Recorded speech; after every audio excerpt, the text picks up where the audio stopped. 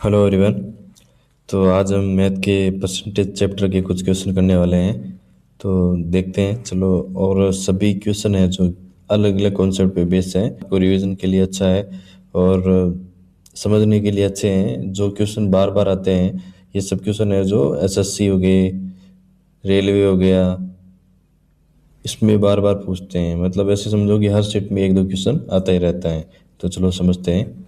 चलो देखते हैं। तो 40% की वृद्धि की जाती है तो 40, फिर कमी की जाती है 25 की, 25 फिर माइनस इंटू 40 इंटू 25/100। तो 25 से 4, 4 से 10, माइनस माइनस का 10 तो 30, माइनस 25 तो 5% इंक्रीज। ये ऑप्शन सही है। चलो आगे बढ़ते हैं। आय में 25% तथा व्यय में 20% की वृद्धि होती है यदि प्रारंभिक बचत आय का 20% है।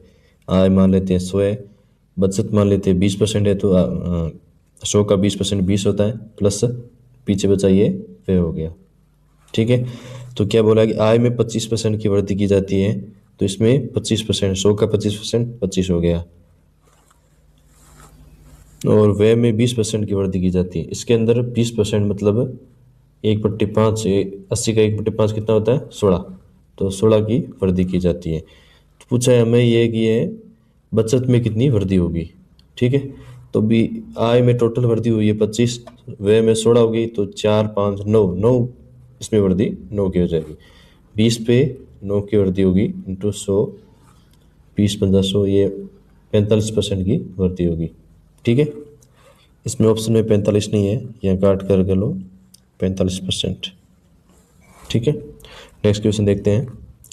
एक संख्या में पहले 20% तथा फिर 25% की वृद्धि करने पर मान 150 हो जाता है, तो मूल संख्या पूछिए। ठीक है। इसको ऐसे भी कर सकते हैं, जैसे 20% को 1/5 लिखते हैं, 25% को 1/4 लिखते हैं। 5 से 6 की वृद्धि की जाती है, फिर 4 से 5, 4 में 1 की वृद्धि होगी तो क्या हो गया 5, 5 में 1 की वृद्धि होगी क्या हो गया 6। तो इसको गुणा करते हैं 5 से 5 या 3:2, 3 की वैल्यू दी है। ठीक है। 2 से 3, 3 की वैल्यू दी है 150, 2 की वैल्यू 100।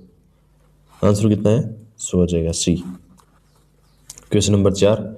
किसी जनसंख्या में पहले 20% की कमी तथा अगले वर्ष से 25% की वृद्धि होती है, तो कुल परिवर्तन ज्ञात करो। वही x plus Y plus XY/100।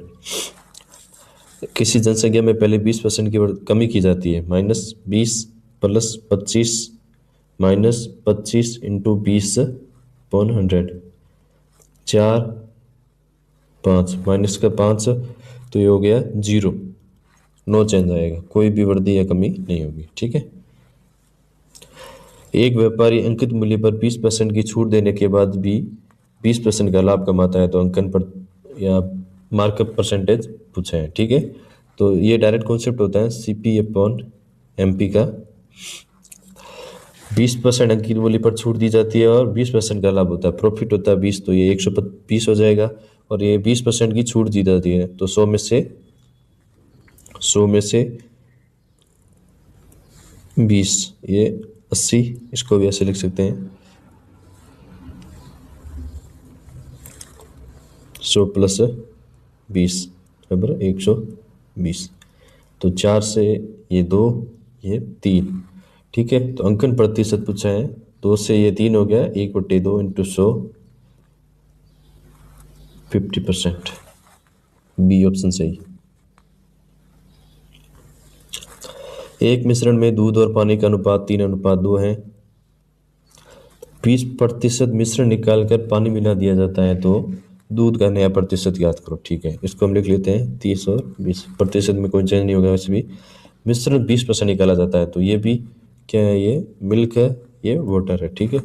तो 20% निकलेगा तो कितना हो जाएगा 1/5, -6 निकलेगा।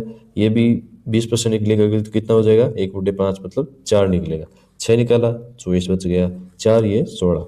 अभी क्या बोला है, 20% मिश्रण निकाल कर पानी मिला दिया जाता है, तो पानी कितना मिलेगा, जितना निकाला है उतना ही पानी मिलाएंगे। तो निकाला कितना है 6 और 4, मतलब 10 निकाला है हमने। ठीक, कुल मिला के तो 10 में वाटर मिला देते हैं, 10 वाटर मिला देते हैं, तो ये 26 और ये 24। पूछा क्या है, तो दूध में नया प्रतिशत ज्ञात करो। दूध 24 है, 24 अपॉन टोटल कितना है 50 इंटू 100। ये 50 रहना चाहिए, ये भी 50 है, तो ये कोई चेंज नहीं होना चाहिए, ठीक है। तो ये 50 2 48%, ये 48, ठीक है। A salary is reduced by 25% and then increase by 20%, find net change. वेतन में 25% की कमी तथा फिर 20% की वृद्धि होती है तो कुल परिवर्तन ज्ञात करो। -25%, ये लग जाएगा x+y plus XY upon 100, -25 plus 20 -25 into 20 upon 100, 25 का 4, ये 5, -5 30 माइनस का 10%, 10% इंक्रीज हो जाएगा, डिक्रीज हो जाएगा, सॉरी। कर्म से 25% तथा 20% की दो छूट दी जाती है तो समतुल्य छूट ज्ञात करो। -25% माइनस का 20%, minus minus plus 25 into 20 upon 100, 4 ये 5, तो कितना हो गया ये 50%, सॉरी 40%।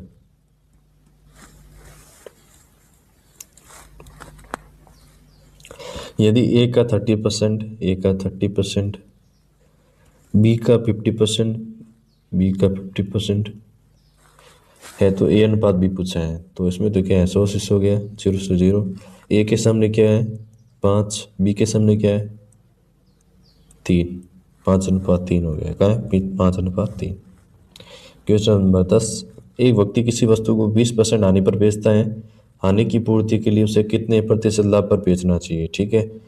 हानि पर बेचता है 100 की वस्तु 80 पर बेचता है, तो 80 को हम कितने पर बेचेगी हानि की पूर्ति हो जाए, 100 को हम 80 पर बेच देते हैं, तो कितने की 20%, इसमें कितना 20 एक्स्ट्रा लेना, तो 20 कितने पर 80 पर इंटू 100, 4, तो ये 25%। थैंक यू, लाइक और चैनल को सब्सक्राइब ज़रूर करें, थैंक यू।